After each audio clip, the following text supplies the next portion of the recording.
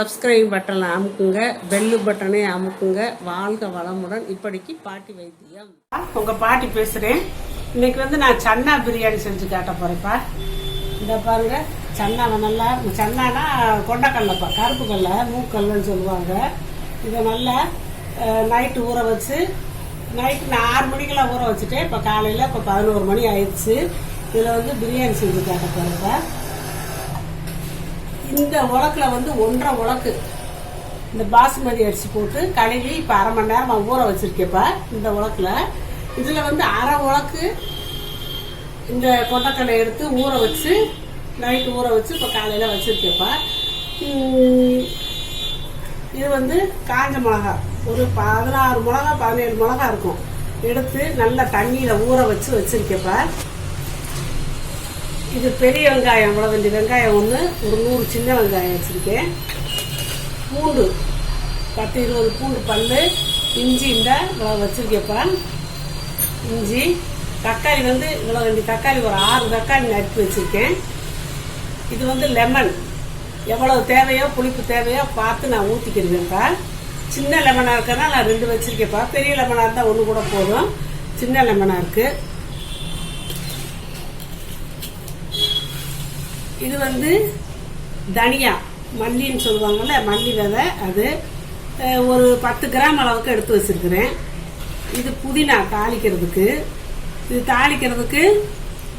இது பிரியாணி பவுடரு, கறி மசாலா பொடின்னு சொல்லுவோம், அது நான் வீட்டிலேயே ரெடி பண்ணி வச்சிருக்கேன். இதில் நான் இந்த கல்பாசி போட அப்போ எனக்கு கிடைக்கல, அதனால போடல. இப்போ இந்த கல்பாசியும் சேர்த்து போட்டாலே அது பிரியாணி தூக்கலாம், வாசமாக இருக்கும். அதனால கொஞ்சம் கல்பாசி, சோம்பு, ஒரு 6 ஏலக்காய், இந்த பிரியாணி இலை ஒரு 2 வச்சிருக்கேப்பா. இந்த கொத்தமல்லி இலை எல்லாம் ரெடி பண்ண பிறகு தூவி வச்சிருவேன். இதெல்லாம் சேர்ந்து நான் அரைச்சி இப்போ எப்படி செய்கிறேன்னு பாருங்க. இந்த மல்லி விதையை சின்ன வறுத்து வச்சிருக்கேப்பா. லேசாக கருகாமல் வறுத்து வச்சிருக்கேன். அந்த மொறுமொறுப்பு இருந்தால் தான் பவுடர் பண்ண முடியும்.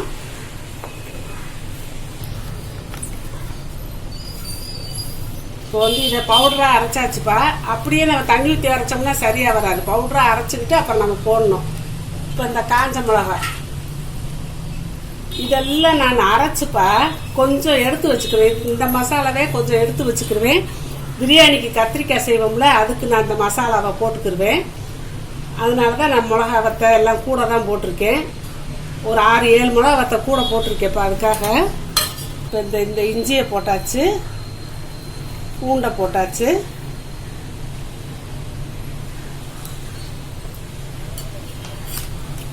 இதை நான் தண்ணியை ஊற்றி அரைச்சி தனியாக எடுத்துக்கிட்டு அப்புறம் பாக்கி இது தக்காளி வெங்காயத்தை தனியாக அரைச்சிக்கலாம்.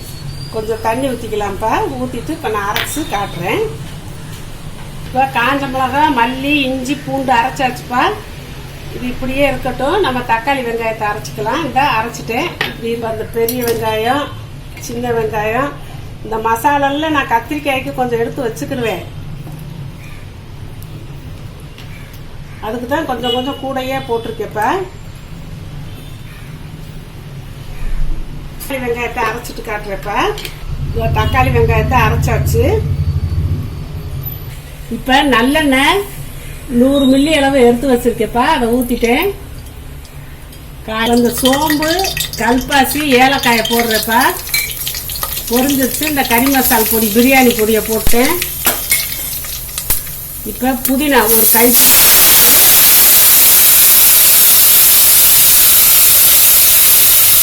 இந்த பிரிஞ்சி இலையை போட்டாச்சு.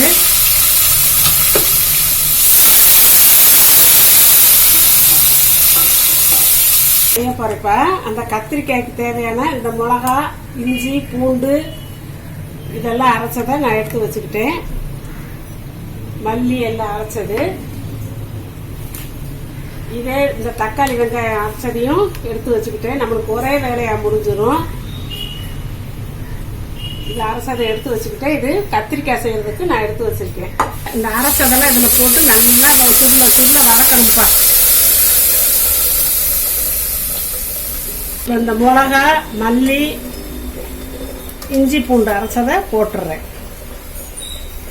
இப்போ இது நல்லா வத்த நல்லா வதங்குற அளவுக்கு நம்ம கிண்டணும்ப்பா. அது பாட்டில் வெந்துக்கிட்டு இருக்கட்டும். நல்லா சுருள எண்ணெய் பிரியிற அளவுக்கு நம்ம வதங்குவோம். வதக்குவோம். வதக்குன அப்புறம் நம்ம உலைய வச்சு பிரியாணி அரிசியை போடுவோம். இன்னும் வதங்கணும்ப்பா, வதங்கி எண்ணெய் பிரியணும். இப்போ நம்ம அந்த பிரியாணிக்கு தேவையான அளவு ஒரு நிதானமாக போட்டுக்கலாம். அப்புறம் எல்லாம் கலக்கி வச்சுட்டு கூட ஒரு தடவை பார்த்துக்கலாம். இந்த போட்டாச்சு. கல்லுப்பு போட்டிருக்கேப்பா, கல்லுப்பு போட்டிருக்கேன். கொஞ்சம் மஞ்சத்தூளும் போட்டுக்கலாம். மஞ்சத்தூள் வந்து இந்த சின்ன ஸ்பூனில் ஒரு ஸ்பூன் போட்டுக்கிட்டேன் போதும். நம்ம கிண்டிக்கிட்டே இருப்போம். அந்த எண்ணெய் மிதங்கும். அந்த எல்லாம் வதங்கின பிறகு அப்புறம் நான் உங்கள்கிட்ட காட்டுறேன். இப்போ இதில் நம்ம 2 ஸ்பூன் நெய் ஊற்றிக்கலாம்ப்பா.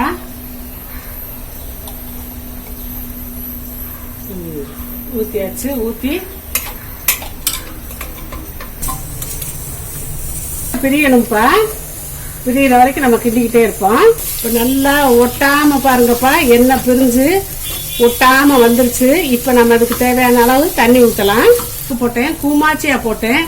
இப்போ இதில் வந்து டபுள் பங்கு தண்ணி ஊற்றணும். நம்ம 1.5 பங்கு 1.5 உலக்க அரிசிக்கு இப்போ டபுள் ஊற்றணும்னா 3 ஊற்றணும். கொஞ்சம் கூமாச்சியாக இருந்ததுக்கு கொஞ்சம் கூட கொஞ்சம் சேர்த்து ஊற்றணும். இப்போ ஊற்றுறேன்.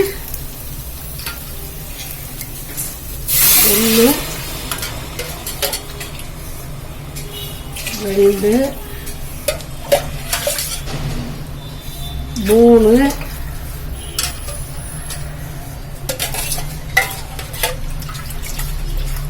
அந்த கூமாச்சியா போட்டதுக்கு இந்த தண்ணி கொஞ்சம் சேர்த்து ஊற்றிக்கேன். இப்போ இந்த தண்ணி கொதிக்கவும் தான் நம்ம அரிசியை போடணும். தண்ணி கொதிக்கட்டும். நல்லா உலை கொதிச்சிருச்சுப்பா. இப்போ இந்த அரிசியை போட்டுடலாம். தண்ணி இல்லாமல் சுத்தமாக வடிச்சிட்டு போட்டுறணும்ப்பா. இந்த 1 லெமனை புழிஞ்சு இந்த சாறு வச்சிருக்கப்பா. இந்த தோல் 1 லெமன் தான் போட்டிருக்கேன். புளிப்பு பார்த்துக்கிட்டு தேவைன்னா அப்புறம் கொஞ்சம் ஊற்றிக்கலாம். இப்போ வந்து சன்னா வந்து நான் தனியாக வேக வச்சிருக்கேன். ஏன்னா அரிசி வந்து கொஞ்சம் நேரத்தில் வெந்துடும், சன்னா வந்து கொஞ்சம் லேட் ஆகும். அதனால இந்த பாருங்க வேக வச்சிருக்கேன். உப்பு போட்டு தான் இப்போ வேக வச்சிருக்கேன். சன்னாவில் தேவையான அளவு, சன்னாவுக்கு தேவையான அளவு உப்பு போட்டிருக்கேன். இப்போ இந்த சன்னாவையும் போட்டுக்கலாம். உப்பு இந்த சமயத்தில் தான் பார்க்கணும். நான் பார்த்துட்டேன், புளிப்பெல்லாம் கரெக்டாக இருக்குது. உப்பு மட்டும் கொஞ்சம் போடுறேன். உப்பு வந்து இப்போ ஒரு உப்பு கொஞ்சம் தூக்கலாக இருந்தால் தான் அது வெந்து வரும்போது அந்த அரிசியில் சேர்ந்து கரெக்டாக இருக்கும். இப்போ நான் கரெக்டாக போட்டேன்.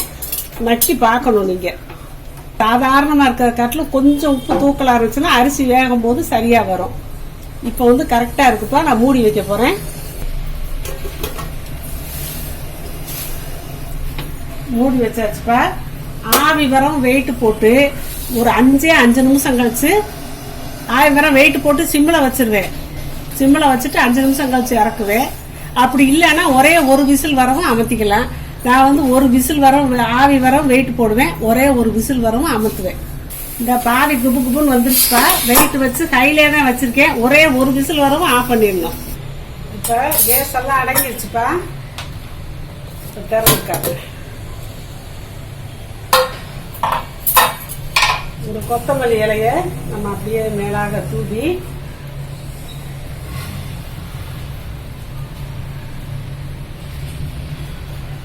இப்ப நம்ம இதை அப்படியே ஹாட் பாக்ஸ்லயோ வேற பாத்திரத்திலயோ நம்ம மாத்தி திரட்டி வைக்கணும். எப்படி பொழு பொழு பொழுன்னு வந்திருக்கு பாத்தீங்களா? அப்படியே கொத்தமல்லி இலையெல்லாம் இந்த சன்னா இது கொண்டக்கடலை எல்லாம் ஒன்று போல தண்ணி அளவா ஊற்றிருக்கிறதுனால நல்லா அப்படியே பொழு பொழு பொழுன்னு வந்திருக்குப்பா. 1க்கு 2 பங்கு தான்ப்பா எப்பவுமே. அழகா பிரட்டி விட்டாச்சுப்பா. சூப்பரா வெந்துருச்சு. அடியெல்லாம் ஒட்டலை பார்த்தீங்களா? அப்படியே இருந்தா அடி ஒட்டாமல் நல்லபடியாக வந்துருச்சு. ஸோ இந்த சாதமெல்லாம் உடஞ்சி போயிடும். இப்போ நம்ம இப்படியே ஹாட் பாக்ஸை மூடி வச்சிடலாம். இதையும் நம்ம மூடி வச்சிடலாம். இதையும் நம்ம மூடிக்கலாம். கொஞ்சம் நேரம் இதை ஆறட்டும். சூப்பராக காரம் ஜாரம் உப்பு புளிப்பு எல்லாம் கரெக்டாக இருக்குப்பா. இது வந்து நம்ம மட்டனில் சிக்கனில் இருக்கிற மாதிரி புரதச்சத்து இந்த கொண்டக்கடையில் வந்து இருக்குது. அதனால நம்ம இந்த மட்டன் சாப்பிடாதவங்க அவங்கெல்லாம் நல்லா யூஸ் பண்ணிக்கலாம். மட்டன் சாப்பிட்றவங்களும் யூஸ் பண்ணலாம். நம்ம மட்டன் சிக்கன் சாப்பிட்றதுக்கு இது சாப்பிட்றது எவ்வளவோ தேவை.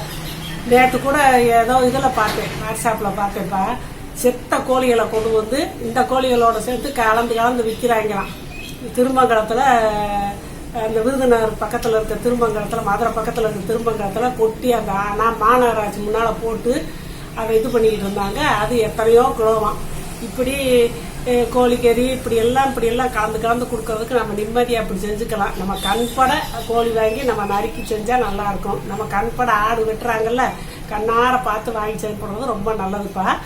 அதுக்கு நம்ம இப்படியும் ஒரு நாளைக்கு செஞ்சு கொடுக்கலாம். இப்போ மட்டன் சிக்கன் சாப்பிடாதவங்க அதே டேஸ்ட்டு அப்படியே இருக்குது, அதே சத்துதாப்பா. அதை இந்த மாதிரி செஞ்சு சாப்பிட்லாம். ரொம்ப சூப்பராக இருக்கும்ப்பா. இந்த மாதிரி செஞ்சு பழகிக்கங்க. இது வந்து சன்னா பிரியாணி. எல்லாத்துக்கும் தெரியாமல் இருக்காது. தெரியாதவங்க தெரிஞ்சுக்கோங்க. வாழ்க வளமுடன். இப்போ நிறைய பேர்ப்பா நான் அவங்க கொஸ்டினுக்கு ஆன்சர் சொல்கிறதுலன்னு கேட்குறாங்க. சொல்லிக்கிட்டு தான் இருக்கேன். நான் அதுக்குன்னு சொல்லி பார்வையாளர்கள் கேள்வி பதில் நான் போட்டிருக்கேன். அதை பார்த்துக்கோங்கப்பா. அதை பார்த்தீங்கன்னா உங்களுக்கு தெரியும். நான் வரிசையாக கேள்வி பதில் போட்டுக்கிட்டே இருக்கேன். அதில் போட்டு பார்த்தீங்கன்னா நீங்கள் கேட்ட கேள்விக்கெல்லாம் நான் பதில் சொல்லிடுறேன்ப்பா. அதை கட்டாயம் நீங்கள் பார்த்து தெரிஞ்சுக்கோங்க. சப்ஸ்கிரைப் பட்டனை அமுக்குங்க, பெல்லு பட்டனை அமுக்குங்க. வாழ்க வளமுடன். இப்படிக்கு பாட்டி வைத்தியம்.